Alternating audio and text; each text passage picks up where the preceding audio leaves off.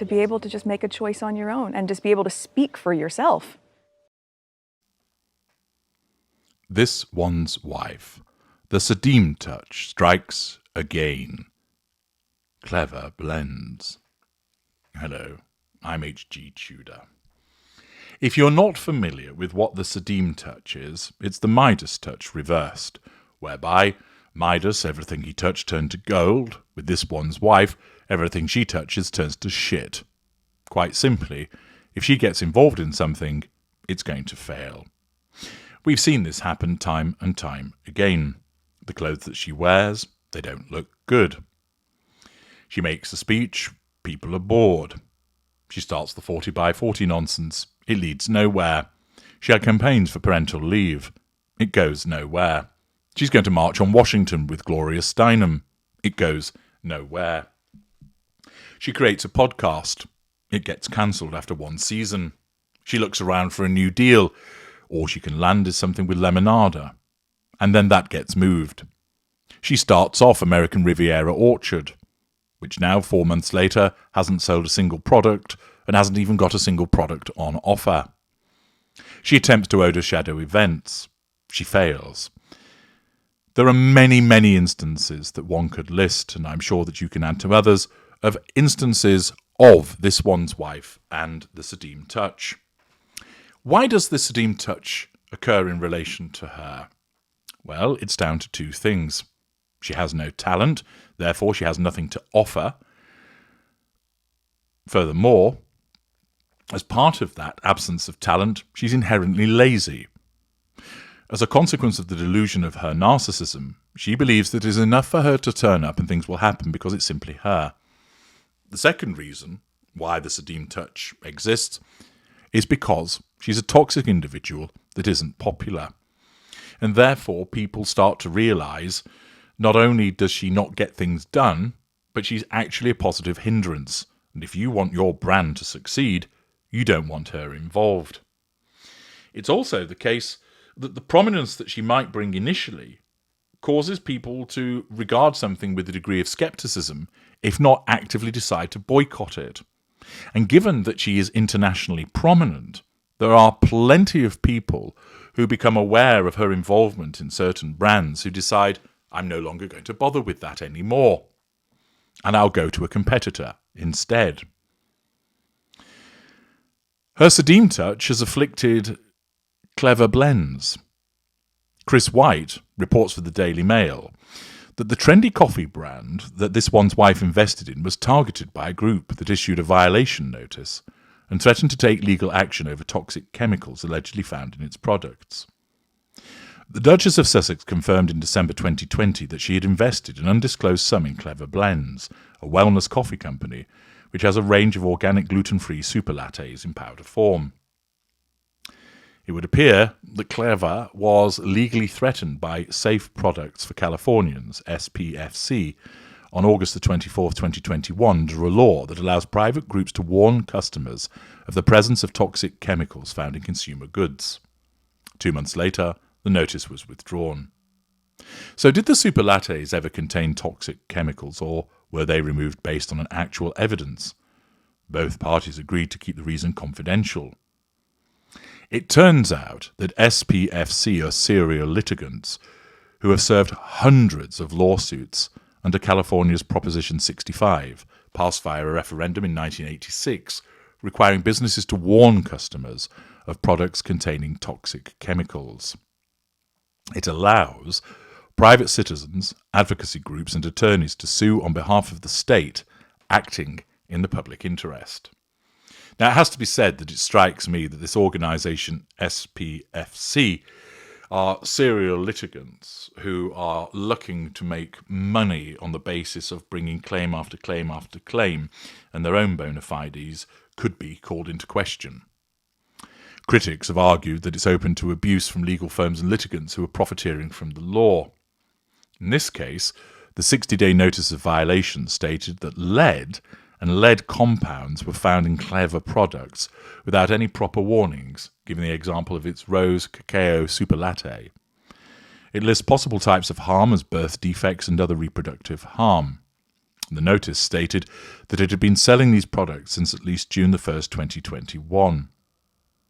The notice was served on the Californian Attorney General's office and all district attorneys in the state's counties by SPFC's attorney Tanya Moore of Moore Law Firm, who stated that Clevr should make contact to resolve the matter to avoid time-consuming and expensive litigation.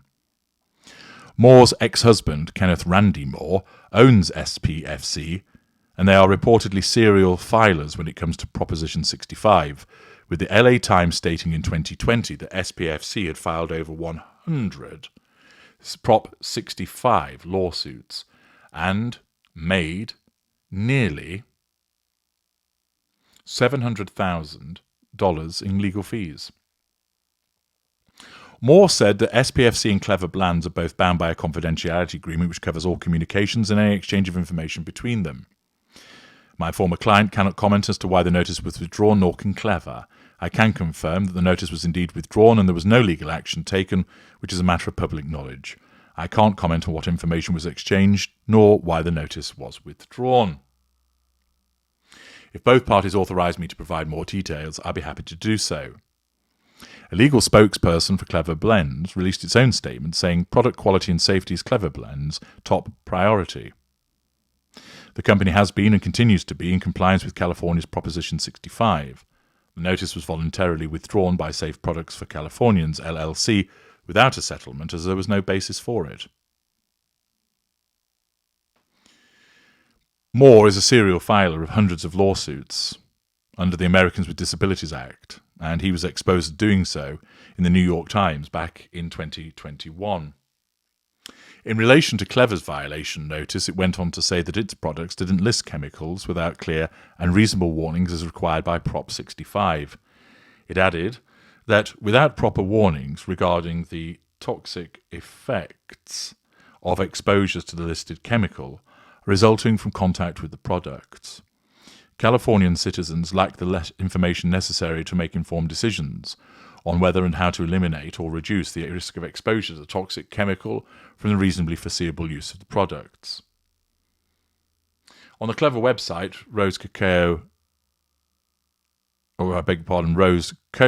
Latte is described as moody magic with a gentle uplift. Then goes on to describe the ingredients, which I needn't bore you with. In March, the Food and Drug Administration recalled 6 brands of cinnamon for exceeding lead levels, which can happen from the soil being contaminated or the processing and packaging process. These are cases not related to Clevr, nor is there any suggestion that there is lead in its ingredients.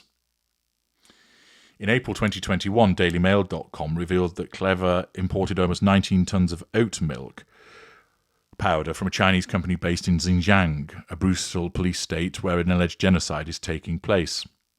Human rights groups have urged Western companies to cut all business ties with the region because of appalling abuses against Muslims in re-education camps, where it's claimed women are systematically raped.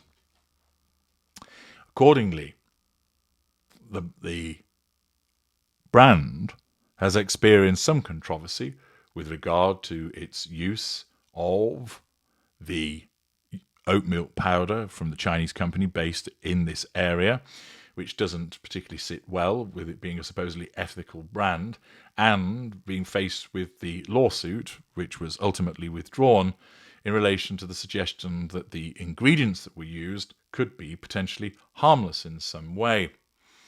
Now, of course, whilst this one's wife hasn't actively been involved in the creation of this product, and she's certainly not involved in any alleged contamination, it once again demonstrates how getting involved with this one's wife isn't particularly good for your brand, because it brings you onto the radar.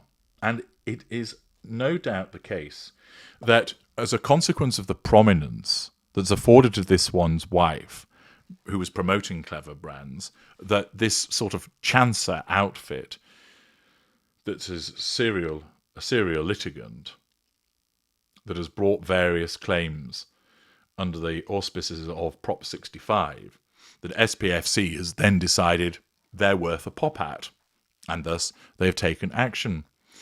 Thus, rather than the brand thriving and succeeding as a consequence of its involvement, the fact is that it actually works against it, having the involvement and prominence with this one's wife.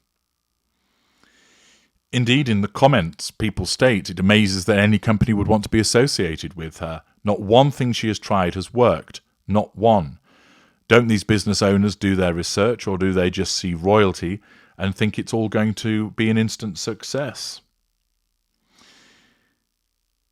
The fact is that another person says it's interesting that it's been kept confidential. You think the public would have a right to know the details of the toxin they are ingesting, or if there weren't any, that this would be stated as such. Somebody else comments that this one's wife does absolutely as little as possible, and that includes research. But the fact is, this is another instance of getting this one's wife involved in your business, and it doesn't really lead anywhere. Yes, it seems to me that the SPFC outfit are very much chances with these violation allegations, and of course there's no evidence to suggest that there's anything wrong with the Clevr brand. But it does beg the question as to, had you not become so prominent as a consequence of the involvement of this one's wife, would you have come to the attention of those chances and their frivolous lawsuits? The fact is, once again, there's a company that has involvement with this one's wife, which appears to be going nowhere. It certainly hasn't improved their sales, certainly hasn't led to them meeting with success, and instead has potentially put them on the radar of certain chances to cause problems for them.